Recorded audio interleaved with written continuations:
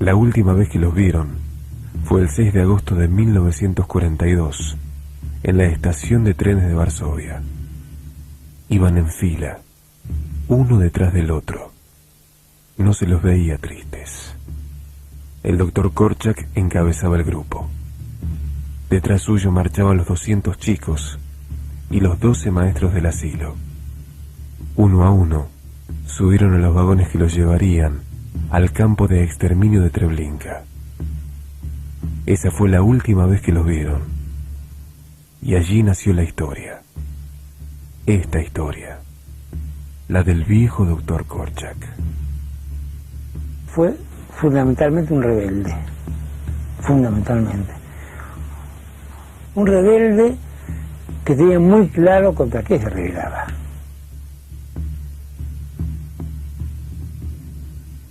Korczak sacaba chicos que no tenían a nadie, no eran de familia, eran perdidos por las calles, chicos de nadie. Él se puso ante el niño, respetándolo como persona, pero pensando en ese niño futuro ciudadano.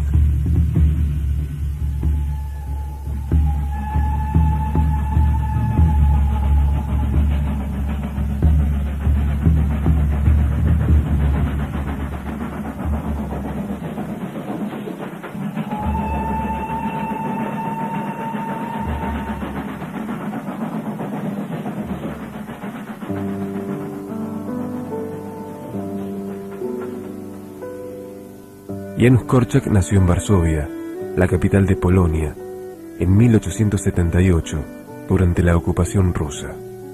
Su familia, de origen judío, había adoptado el idioma y el estilo de vida polacos y disfrutaba de una consolidada posición económica. Sin embargo, esto no impidió que Korczak conociera desde muy pequeño la realidad social de su país, lleno de contradicciones. La familia de Korczak había sido una familia muy liberal para el concepto de principio de siglo. Entonces el padre llevaba a su hijo a caminar para que viese las distintas situaciones que había en Polonia. Vio la pobreza de esos barrios humildes de Varsovia, que en aquellos momentos, antes de la Primera Guerra Mundial, Varsovia era una ciudad muy próspera, muy rica, con una burguesía muy acomodada, pero que además tenía la particularidad de un altísimo nivel de desocupación y de miseria. Las cosas con el tiempo se van repitiendo, aparentemente. Cuando Korczak tenía apenas 11 años, una enfermedad mental provocó la muerte de su padre. Su infancia terminó abruptamente. Tuvo que empezar a trabajar desde muy pequeño. De niño era retraído, solitario y tenía pocos amigos. Mi abuela decía que era un filósofo, mi padre que era un idiota. Ambos tenían razón, mitad y mitad. Con solo 18 años, Korczak tomó una serie de decisiones personales que marcaron su vida. Comenzó a estudiar medicina, a escribir, y dejó su familia para irse a vivir con los obreros, con los que menos tienen. Eligió su campo de acción.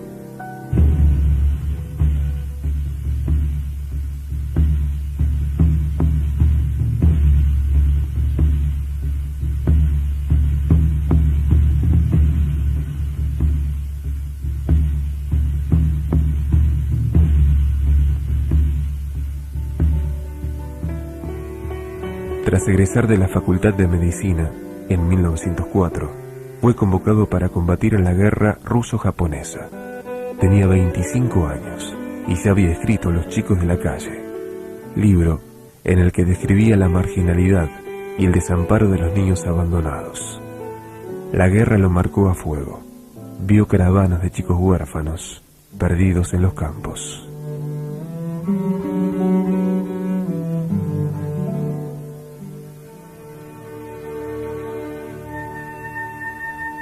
Hubo una guerra y Tito quemó el templo. Sí, pero no. Solo ardió el papel, porque las letras volaron al cielo y siguieron viviendo.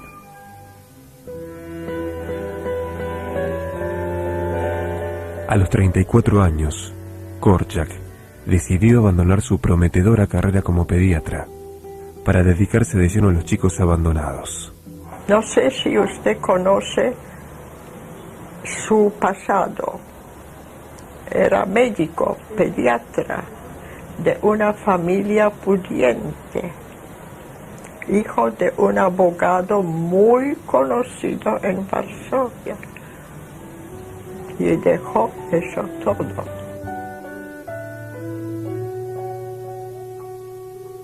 Korczak abrió un orfanato para niños judíos y pocos años después, otro para los chicos de los obreros católicos polacos. No hizo distinciones religiosas. Eran chicos.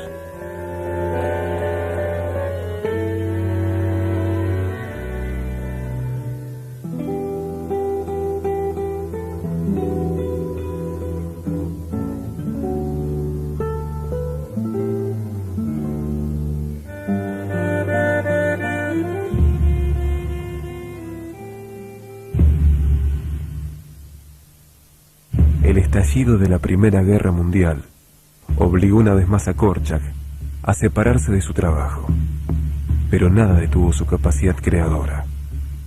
En Rusia, a donde fue enviado a combatir, escribió Cómo amar a un niño.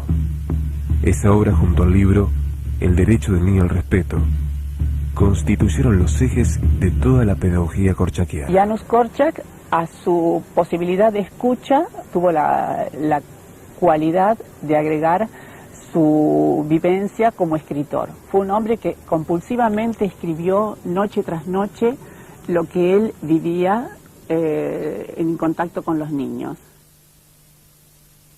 Hay un Korczak conocido, hay un Korczak escritor, un Korczak director de asilos, tanto el judío como el católico de Varsovia, un hombre reconocido en la sociedad como una persona de una enorme capacidad y de un claro criterio de respeto hacia las personas, que había logrado crear instituciones muy importantes, siempre trabajando con los sectores más marginados de la población de Polonia, que ese es su eje, ¿no? El eje de su vida.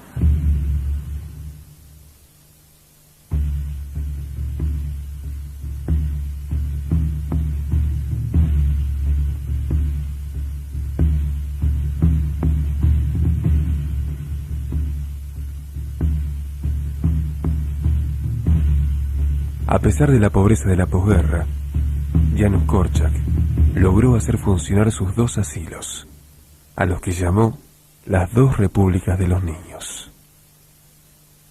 Cierto día me acerqué a él y le dije, quiero ayudarle. Y de eso resultó que yo ahijé una pequeña de 4 años, Zośka, que la sacaba del instituto los sábados y domingos. Y los domingos yo la llevaba al zoológico, al cine para chicos. Hubo muchas diversiones de esta clase.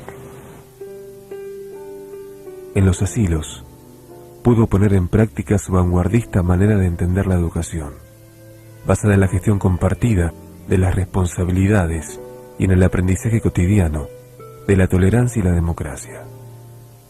El hecho de que el niño pueda reunirse en asamblea, el tener un parlamento infantil, el tener estatutos o códigos redactados por todos, el hecho de poder debatir los temas disciplinarios fundamentalmente o de convivencia y entre todos encontrar, sí, sanción si era necesario, pero fundamentalmente la reparación del error.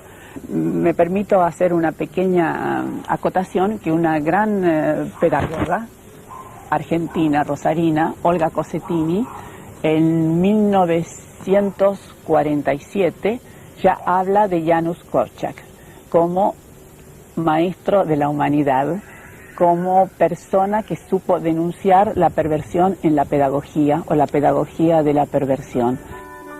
En sus asilos, con sus chicos, Korczak utilizó dispositivos pedagógicos desconocidos hasta ese momento. Una cosa también importantísima, que junto con esta formación o posibilidad de crear este niño pensante, cuestionador, lo enriqueció con todo lo que ahora llamamos educación por el arte, o sea, la música, el teatro, el buen humor. Utilizó la radio de una manera coloquial, de una manera afectuosa, hablando de núcleo familiar, no de padre y madre.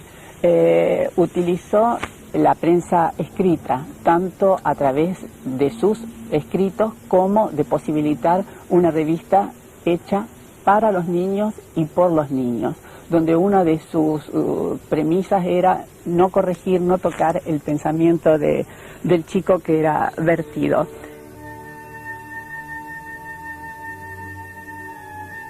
Escuchen. Tienen derecho a preguntarme todo lo que quieran. Tienen derecho a expresar sus opiniones. Tienen derecho a insultar a alguien. Incluso tienen derecho a pelearse, pero con una condición. Antes hay que escribir. Hay que tomarse el tiempo para pensar en lo que queremos hacer. Escribir una carta y ponerla en el buzón. Después, cada uno lee las cartas que les mandaron y responde. Y ahí empieza la discusión.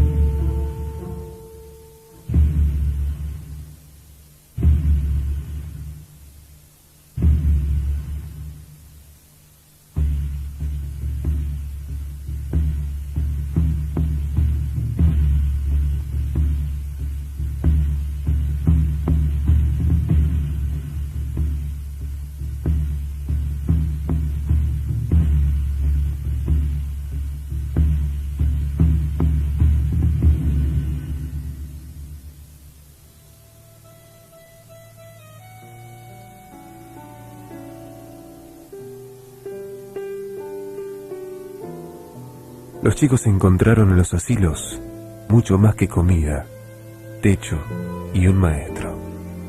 Hallaron respeto y comprensión. Lo que Korczak dio a los chicos en toda su vida, además de darle las condiciones para que pudiesen vivir ese periodo de vida que descubría de los 8 años a los 14, además de darle las condiciones físicas, les posibilitó que se sintiesen seres enteros, completos. Tiene una figura preciosa, poética, que dice que siempre para escuchar a un niño no hay que agacharse, doblar su cintura para escucharlo, sino que tenemos que ponernos en punta de pie para poder llegar a su pensamiento.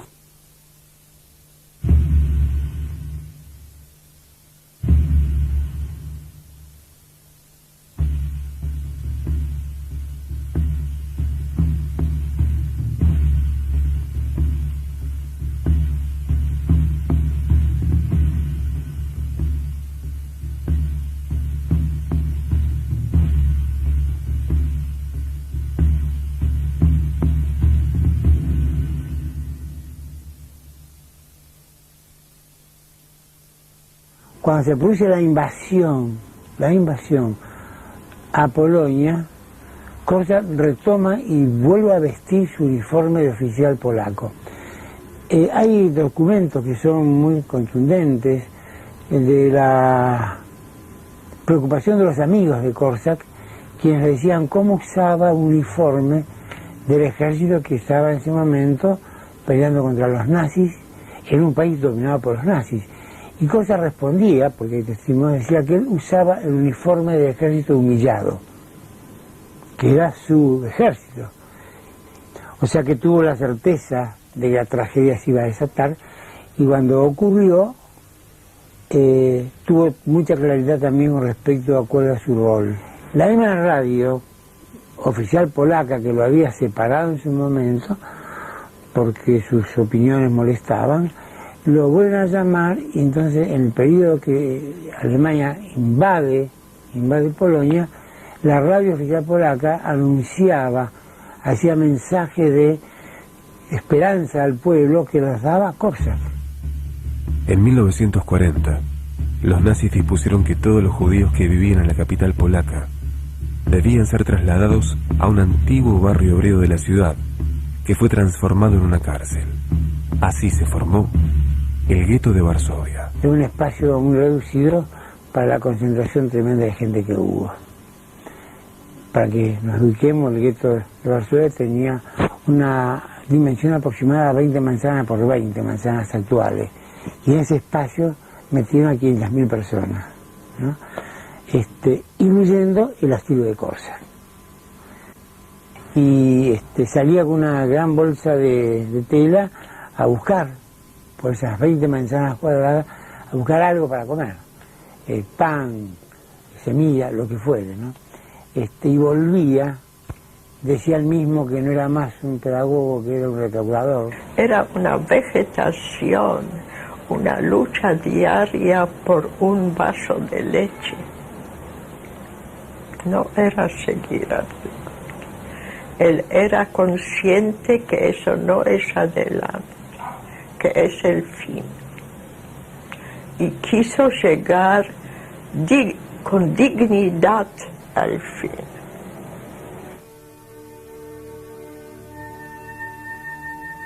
Mi vida fue difícil pero interesante. Una vida así le he pedido a Dios en mi juventud. He rezado en la profundidad de mi alma: Dios, dame una vida bella, dura, difícil e interesante.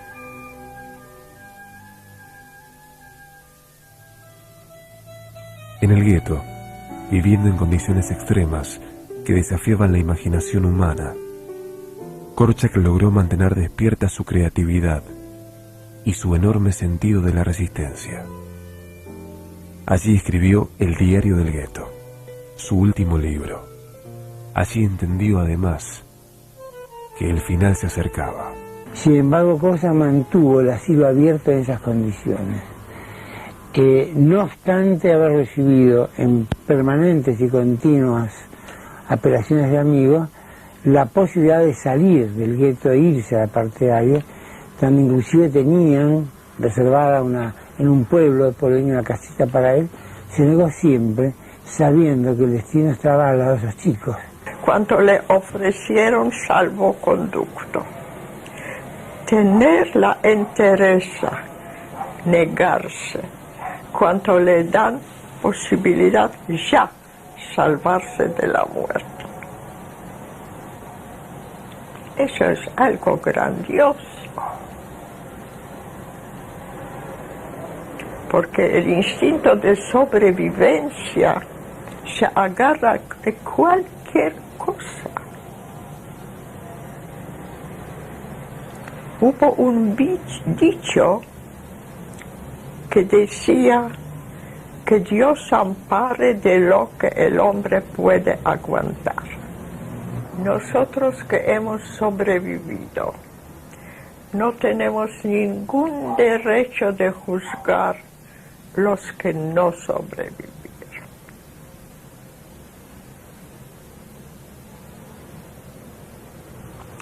Lo que yo vivo es una casualidad. Me va a decir, no hay casualidad, hay causalidad. No sé. Yo no hice nada para salvarme. Así sucedió.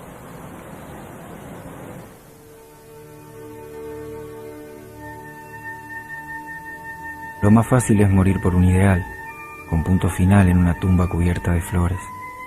Lo verdaderamente difícil es vivir con y para un ideal, día tras día, año tras año, una vida entera.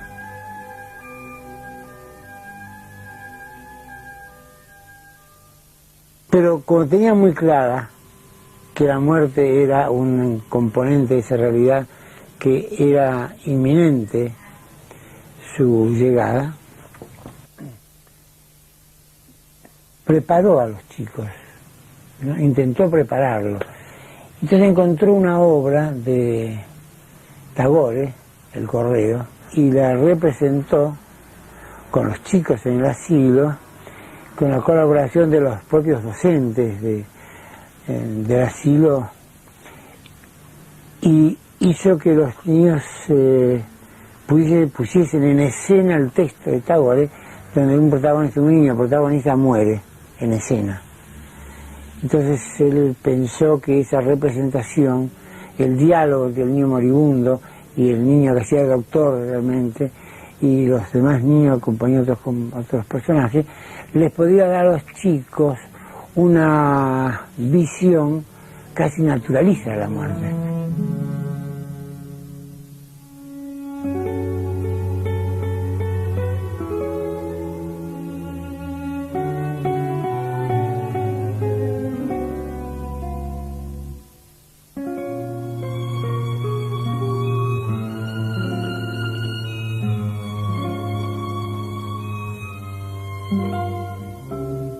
Pocos días después de la función de teatro, los nazis desalojaron el asilo.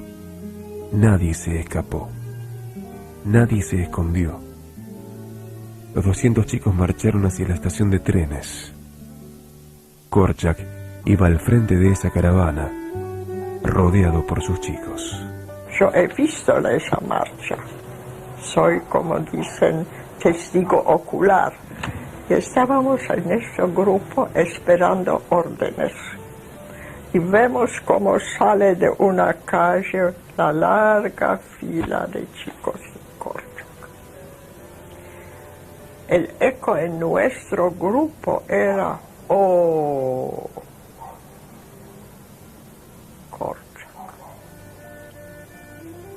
Y he visto a Zośka, que iba en esta marcha.